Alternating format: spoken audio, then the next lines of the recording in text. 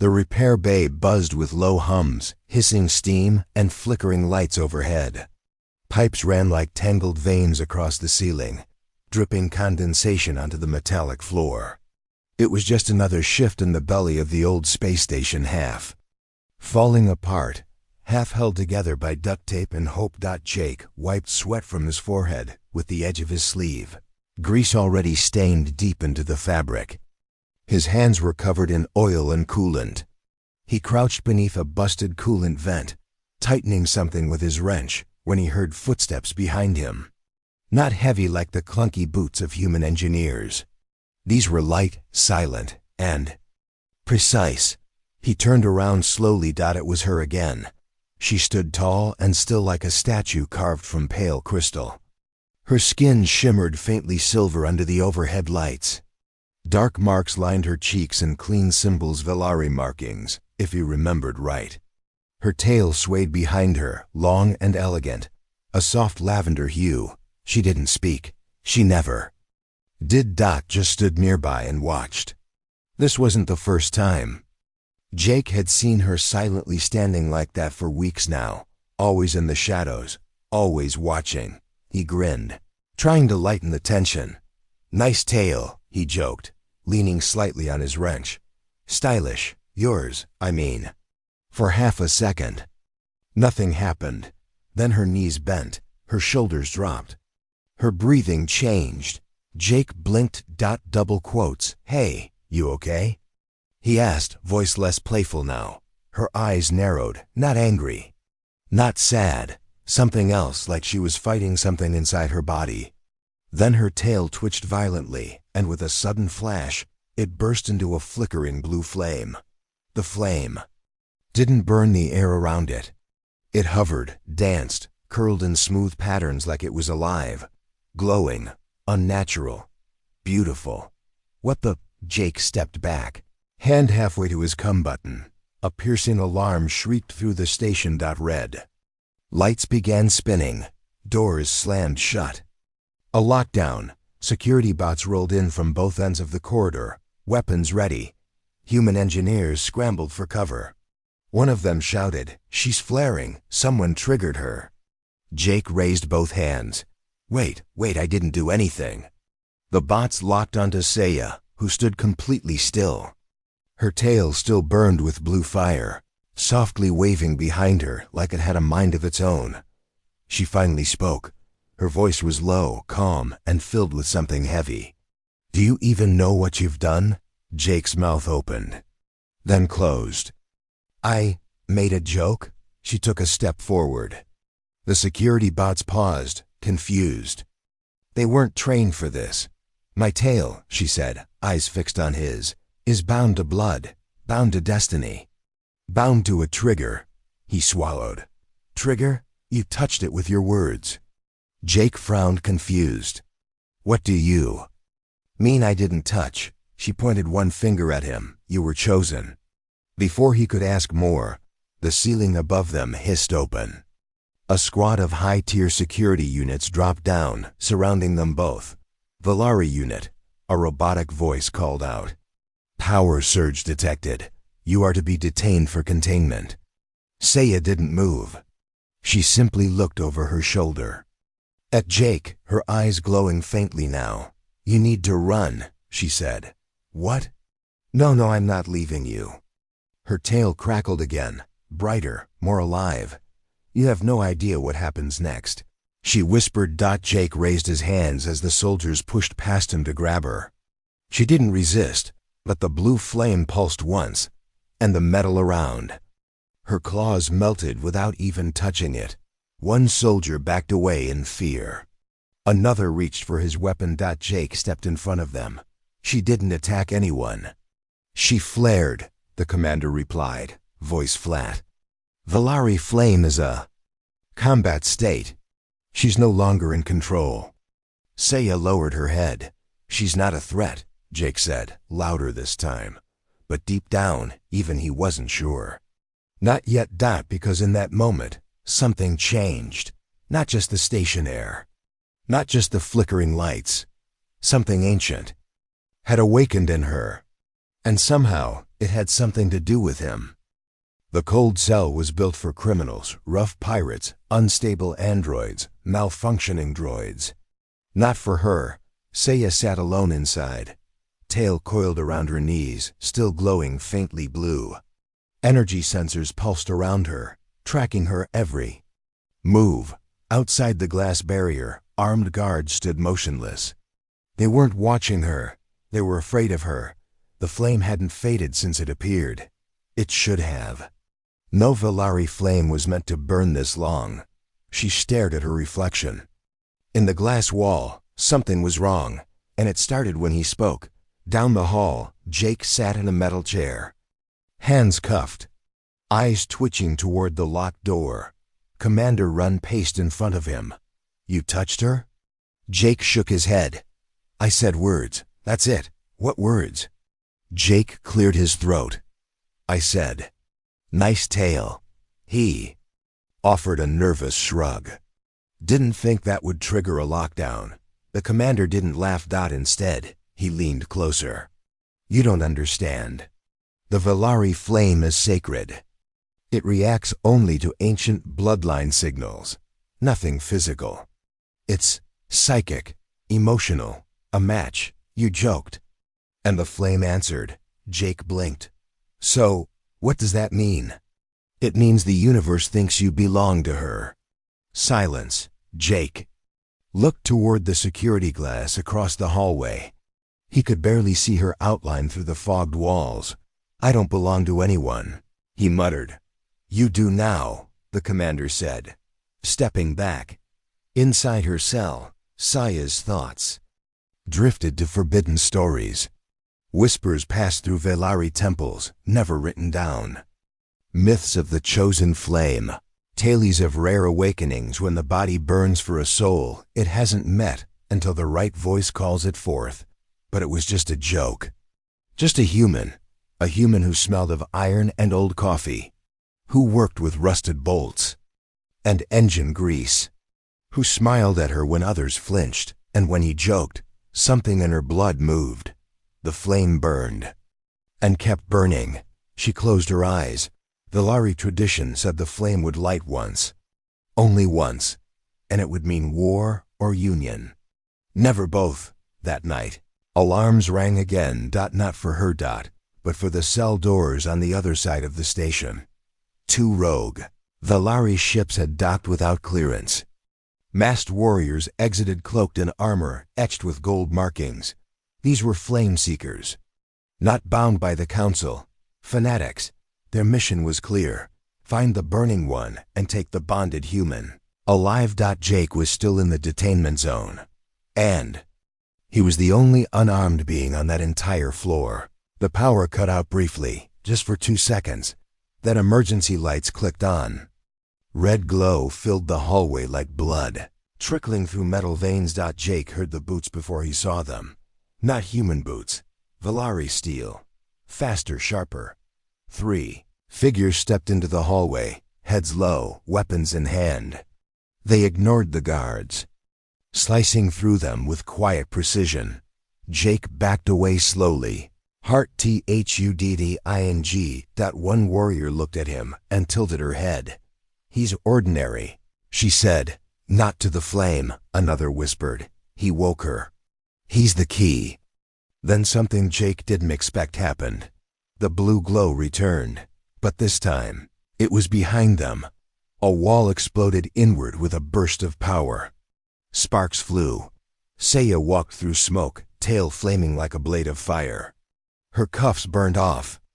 Mid-step, falling as melted rings. "You will not take him," she said. The warriors turned, weapons ready. But one of them hesitated. "You shouldn't be able to control it, not yet." "I shouldn't," Seiya agreed, eyes narrowing. "Unless." The flame chose right. She launched forward. The hallway turned into chaos. Flashes, slicing air. Shattered glass. Jake ducked low, pulling a metal panel over himself. He heard roars, screams, metal on metal. And then silence. When he looked up, 2 warriors were down. One was gone, fled into darkness. Seiya stood over them, panting. Not a single drop of blood on her dot. Her tail was still burning. She turned to Jake. "You're coming with me." Jake hesitated. "Where?" She extended a hand. "To find out why you were chosen." "Before they do." He took her hand, and the flame pulsed. Brighter. The hallway was still smoldering. Jake followed Seiya down the maintenance tunnel, every step echoing against metal walls. Behind them, sirens wailed, not for help, for silence. The station was trying to contain a problem that had already spread like fire. Jake clutched a toolkit in one hand. It was all he could grab when she yanked him from the cell. Seiya hadn't said a word since the last warrior dropped. Not even a glance back. Finally, he asked, "Where are we going?" She didn't stop. "Somewhere the flame can't find you." He blinked. "Wait, I thought you were the flame." She turned a corner sharply. Not anymore. They reached a quiet section of the station. Lights flickered above. Motion sensors too old to track properly. These were the abandoned decks, left to rot after the last power crisis. Seiya pushed open a panel and stepped into a dark chamber. Jake followed. Inside were walls covered in ancient writing. Symbols burned into metal. Valari script, sacred, forbidden. Jake looked around. "This is a shrine." "It was," she said softly. "Now it's a trap." She touched a stone on the wall. A hologram blinked to life. A spinning image showed two Valari, both with glowing blue tails, locked in battle. Beneath them, a human figure stood, hand outstretched. Jake stared. "What is this?" "It's from before the collapse, when flame bonding to humans wasn't rare." Her voice was calm, but her eyes stayed locked on the hologram. But then came the betrayal. The bonds were severed. Humans were erased from the prophecy. Jake scratched the back of his neck. "And now, you brought it back." He took a breath. "How?" "I didn't mean to." "That doesn't matter," she said sharply. Your voice matched. Your presence triggered it. The flame doesn't care about your reasons. It only hunts now. Jake stepped closer. "What is it hunting?" Seiya turned toward him slowly. "Me, you, anyone who stands between us."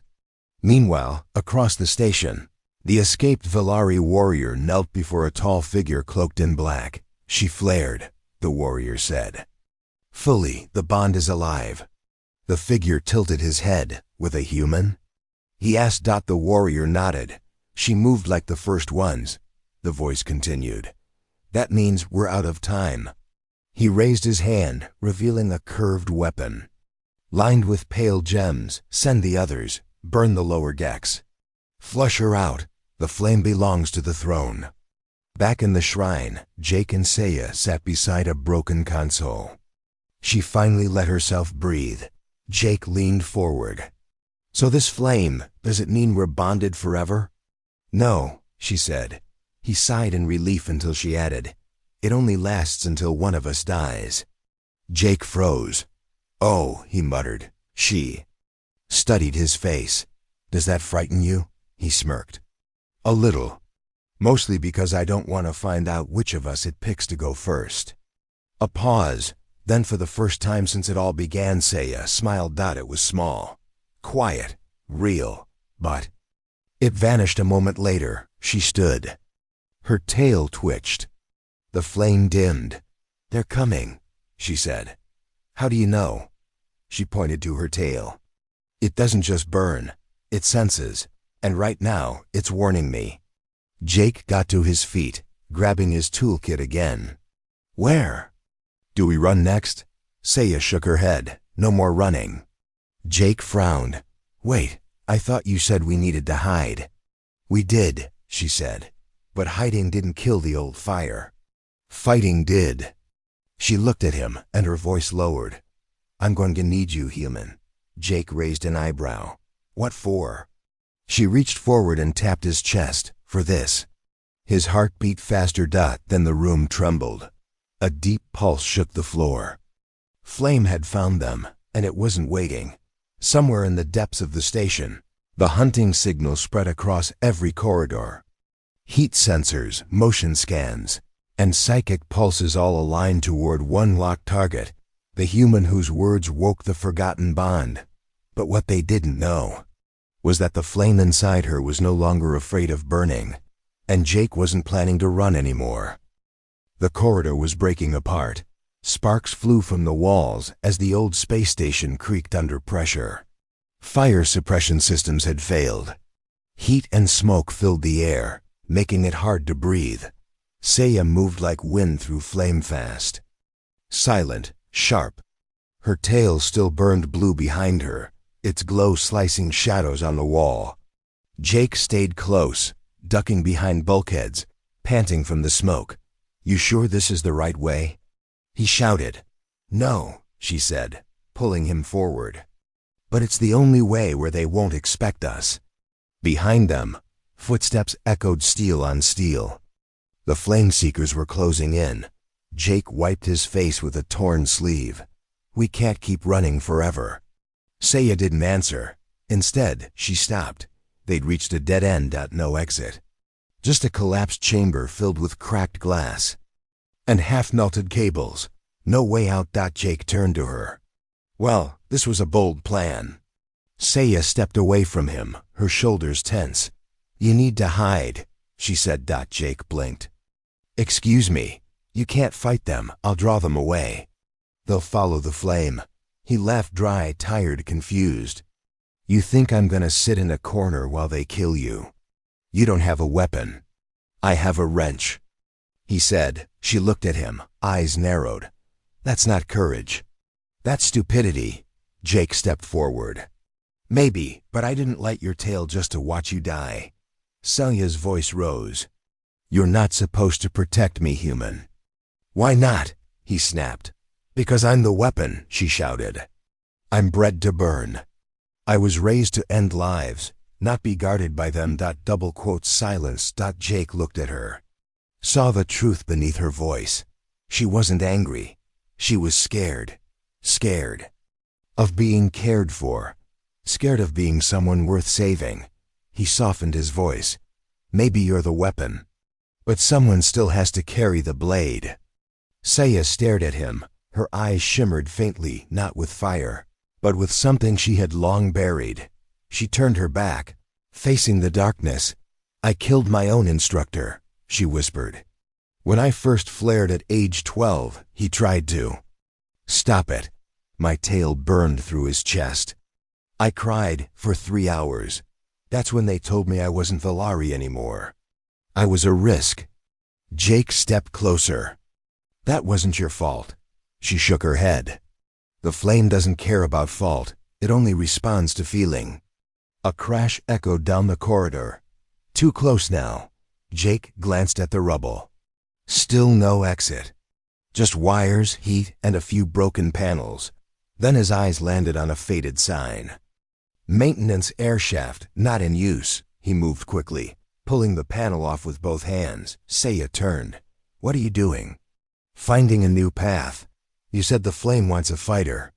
Maybe it also needs a fixer." She stared at him for one long second, then she smiled. "Fine, you lead. I'll burn." They crawled through the shaft, the space barely wide enough for them to move.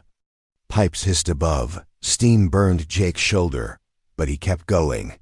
Behind him, Seiya's tail dimmed to a quiet glow, just enough to light the way. When they reached the end, they fell into an old server bay. Lights flickered weakly. The systems were long dead, but the room was quiet, hidden. "Safe for now." Jake collapsed against the wall. "We need rest." Seiya didn't argue. She sat across from him, her head tilted. "You're strange," she said. "I get that a lot. You joke in danger. You step into fire. You fix broken things with no blueprint. Why?" Jake looked up at her. "Because nobody did that for me." Her eyes widened just a little. For the first time she saw the fire behind his eyes, not made of flame, but made of something else. Grit, pain, loyalty. The room was silent. Then, quietly, Seiya asked, "Why me?" "Jake," shrugged. Because your tail burned when I spoke. Maybe that means I'm the only one who gets to see you as more than a weapon. She lowered her eyes. What if I burn you too? Jake smiled. Then let's make sure you're worth the scars. At that moment, the emergency lights blinked. Once. Then turned red. The station had found them again. Jake stood. Seiya rose with him, tail lighting up once more. And this time, she didn't ask him to run. She reached for his hand. Together, they stepped out of the shadows. The room was dark except for the soft blue glow coming from her tail dot. It pulsed gently like a heartbeat, matching the rhythm of her breathing. And his dot Jake sat on the edge of a crate, tightening a makeshift brace on his wrist. The fall earlier had twisted something. Seiya stood by the old terminal, scanning the hallways through a flickering monitor. Her arms crossed, silent as always. The bond between them was louder than words, ever since she reached for his hand and pulled him into the shadows. Something had changed. The flame wasn't just a flare anymore. It responded to him. Seiya glanced over her shoulder. Your body shouldn't be able to resist the heat. Jake looked up. What do you mean? When a Velari bonds, their flame burns most species, sometimes even their own, she said. The energy overloads cells, it breaks minds. But you touched me. Jake shrugged. Lucky immune system? She stepped closer. No, not luck. She reached out her hand slowly, hesitantly. When her fingers brushed his chest, her tail flared. But this time, the flame wrapped around them both like silk. It danced along his shirt, across his shoulder, and flickered near his jaw. He didn't flinch. No pain. No burn. Her hand trembled. You activated me, she whispered. Now I'm yours. Jake swallowed. Those words didn't sound like surrender. They sounded like truth. Suddenly, the monitor sparked. Motion detected. They both moved fast. She pulled him to the far wall, pressed her back against a pipe. Jake grabbed a metal rod from the floor. Through the cracked glass, they saw movement. Not enemies, but a group of terrified engineers trying to escape the lockdown. One of them collapsed. Another one shouted something in Velari. Seiya to ENSED. Jake whispered. Are they after us? No, they're running from something else. She stepped into the open slowly. One of the engineers saw her and screamed. The flamed one. She's alive. Jake stepped beside her. Easy, she's not your enemy. The engineer held up a shaking device. A hologram projected a message Velari script surrounded by red circles. Seiya's eyes widened. That's the old seal, she said. The call of awakening. Jake frowned. What does it say? She turned toward him slowly. The flame has chosen. All others must surrender or be burned. Jake blinked. That's not a warning. That's a declaration, she nodded. They're not hunting us anymore. They're coming to claim me. They retreated deeper into the maintenance wing. Seiya moved faster now, but her steps were less steady. She was changing. Jake noticed the small cracks forming across her back armor. Not wounds, growth lines. Her body was evolving, unlocking something ancient. They reached a safe spot behind the old shield core. Jake lit a handheld lamp and handed her water. She took it, but didn't drink. Do you remember your first memory? She asked suddenly. Jake blinked. That's random, just answer. He thought for a moment. Yeah, I was 4. My dad was fixing a hover bike. He let me hand him the tools. I felt useful. Like I mattered. Seiya nodded. The flame just showed me mine. Jake sat down beside her. I was standing over my sister's body. My first flare. I didn't know how to stop it. They told me that day I had no right to feel grief, only strength. Jake didn't speak. She turned toward him. But when you touched me, I didn't feel strong. I felt safe. He met her eyes. That's what strength should feel like. She leaned forward, resting her forehead against his. Her voice was quiet. I was trained to die without fear, but I'm scared now. Because I don't want to burn alone. Jake didn't pull away. You won't, he said. Not while I'm still breathing. Her tail flared again, hotter but calmer. The flame was no longer wild. It was bonded. And then, for the first time in her life, Seiya allowed herself to fall asleep with someone beside her. Far away, in the command chamber of the Volari flagship, a priestess stared at the readings. The sacred flame hadn't dimmed. It had stabilized. That meant one thing. The bond was complete. A human had survived full activation, and now, the ancient prophecy had returned. She turned to the masked warlord. Send the awakening fleet. The bonded must kneel or be consumed by the flame that made them. The sky outside the station turned black. Not from nightfall, but from the arrival. Dozens of ships dropped from light-fold space, their glowing symbols bright against the stars. Sleek, sharp, and humming with energy, the Volari awakening fleet had arrived. Inside the command tower, alarms blared. Officers screamed over each other. Broadcasts jammed. Shields flickered. The station wasn't built for war. It wasn't a military base. It was a salvage dock. And now it was surrounded. Down below, hidden beneath the fuel decks, Jake and Seiya stood facing a cracked display screen. On it, the ships appeared one by one, circling the station like wolves around a wounded animal. Jake crossed his arms. So, that's not good. Seiya didn't blink. They're not here to fight. Not yet. He turned to her. Then why all the drama? She looked at him with quiet weight in her eyes. They've come to retrieve the flame. Which means, they've come for me. Jake pointed to himself. And the one who lit it? She nodded. They'll want you too, but not whole, not breathing.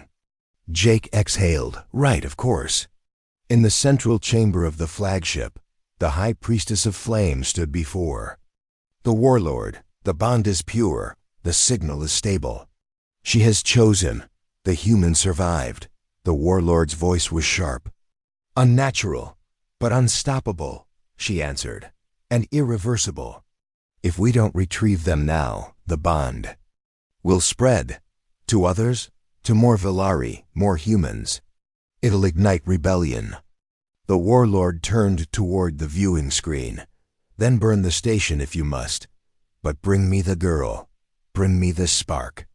Back on the lower decks, Seiya tightened her armor. Her tail glowed brighter than ever now, flickering with silver. Mixed into the blue. Evolution. She was becoming something the old Volari code had tried to bury. Jake sat nearby, finishing a makeshift power cell rig. This might stall a blast door for 15 seconds. 15 seconds is enough, she said. He looked at her. You always this calm when people want you dead? She smirked. No, but this time I'm not alone. Her words landed heavier than she meant. Jake looked away, then back again. What if we surrendered? Would they let us live? She shook her head. No, they wouldn't risk the flame spreading. He nodded slowly, then stood. You said something back in the tunnels, he began. About being scared, about not wanting to burn alone. She watched him closely. He stepped toward her. They want your power. They want your body. They want your flame. He paused, his voice lower now. But I want you. Her eyes shimmered. Even if it kills you? Especially if it saves you. A beat of silence. Then she leaned forward. Pressed her forehead to his, just like before. But this time, she placed her hand on his chest too. Her tail wrapped gently around his arm. The flame kissed his skin but didn't hurt him. The bond was deep now. Living, breathing, and unbreakable. An hour later, the station's council sent a transmission to the Volari fleet. We will not resist. We will hand over the girl on one condition. The human stays. The warlord laughed. The human is already dead. They just don't know it. Jake stood on the outer walkway, watching the docking bay open. The surrender plan was a trap. He knew it. Seiya knew it. But it was their only way to get close to the heart of the Volari. Fleet. She would go in willingly. He would follow hidden until the right moment. But as the platform lit up, beneath their boots, she turned to him with sharp eyes. If I tell you to run, she said, run. If I tell you to fight, he replied, punch first. She smiled, and for the first time since her tail first lit, she laughed. A short, breathless laugh that sounded like it didn't belong in war. It belonged in something else. Something human. From above. As the bridge doors opened, the warlord stepped forward, his eyes locked onto her. The flame burned brighter. The prophecy was in motion, but he didn't see Jake, hidden in the scaffolding. He didn't know the human was still holding the fuse, and when it all blew apart, they'd remember which one of them burned brighter. The docking chamber echoed with silence. Hundreds of armored Velari stood in perfect lines, their weapons drawn but not raised. At the center of the deck, Seiya walked forward alone, her back straight, her tail flickering with slow, cold flame. She looked calm, but her heart raced. Above, the warlord stood on the command balcony, flanked by high flame priestesses. His voice rumbled across the room. You carry power meant only for kings. Seiya raised her chin. I carry what your kind buried. He pointed at her. You are broken. Bonded to a human. Polluted. Her eyes did not blink. I'm not broken. I'm free. A low murmur spread across the chamber. Her flame reacted, growing taller, brighter, bolder. The warlord's voice rose. Then die with him. The signal was sent. Energy weapons charged. But just before they fired, the ceiling exploded. Jake dropped from above, landing on a crate with a jolt. In one hand his wrench. In the other, a blinking core, rigged to station power. Hey flame boys. He shouted, bad timing. He slammed the core to the floor. The surge shut down every weapon in the bay. Sparks rained. Systems went dark. Then came the blue light. Seiya moved like lightning. She spun into the crowd, her tail a blade of fire. Her arms glowed, her legs moved faster than sound. Every step burned. Every move cracked the floor beneath her. She wasn't just fighting, she was declaring she was more than a weapon, declaring she had chosen, and she chose him. Jake ducked, rolled, threw a spark grenade into the priest circle. They scattered. One tried to reach him. But Seiya was faster, snapping her tail forward, wrapping it around the attacker's throat, and slamming him down. She didn't look back. She didn't need to. They fought side by side. Not perfect. Not polished. But together. Eventually, silence returned. The warlord stood alone now, injured but still defiant. He held his spear forward. If I die, another will come. The flame is ours. Seiya stepped forward. Her voice was clear. Then you'll be the first to learn. She held out her hand toward Jake. He stepped forward, fingers sliding into hers. That fire doesn't belong to those who fear it. She lit her tail full, brighter than ever, but this time, it didn't just burn. It spread. Around her. Through her, into Jake. The flame turned white hot. Not destructive but radiant. The station's sensors melted, shields cracked. The warlord fell to his knees, unable to breathe. And still, the two of them stood unburned, locked in each other's gaze. Later, as the fleet withdrew in defeat and silence, Seiya and Jake stood at the edge of the platform. Smoke rose behind them. Hope rose. Ahead, you okay? Jake asked. She nodded slowly. I should be tired. I should be afraid, but I'm not. He smiled. Must be all that bonding. She looked down at her tail. The blue flame still danced quietly. She reached for his wrist, touching the burn that now shaped like a thin glowing ring, where her flame had circled him during the fight. It marked you, she whispered. Jake smirked. You say that like it's a bad thing. She stepped closer, barely a breath between them. I used to think my fire made me dangerous, she said. Jake touched her cheek gently. It still does. She raised an eyebrow. But now, he said, softly, it makes you mine. She leaned in, her lips brushing his ear. I asked you once if you'd burn with me. He didn't wait. He pulled her close and whispered back, always.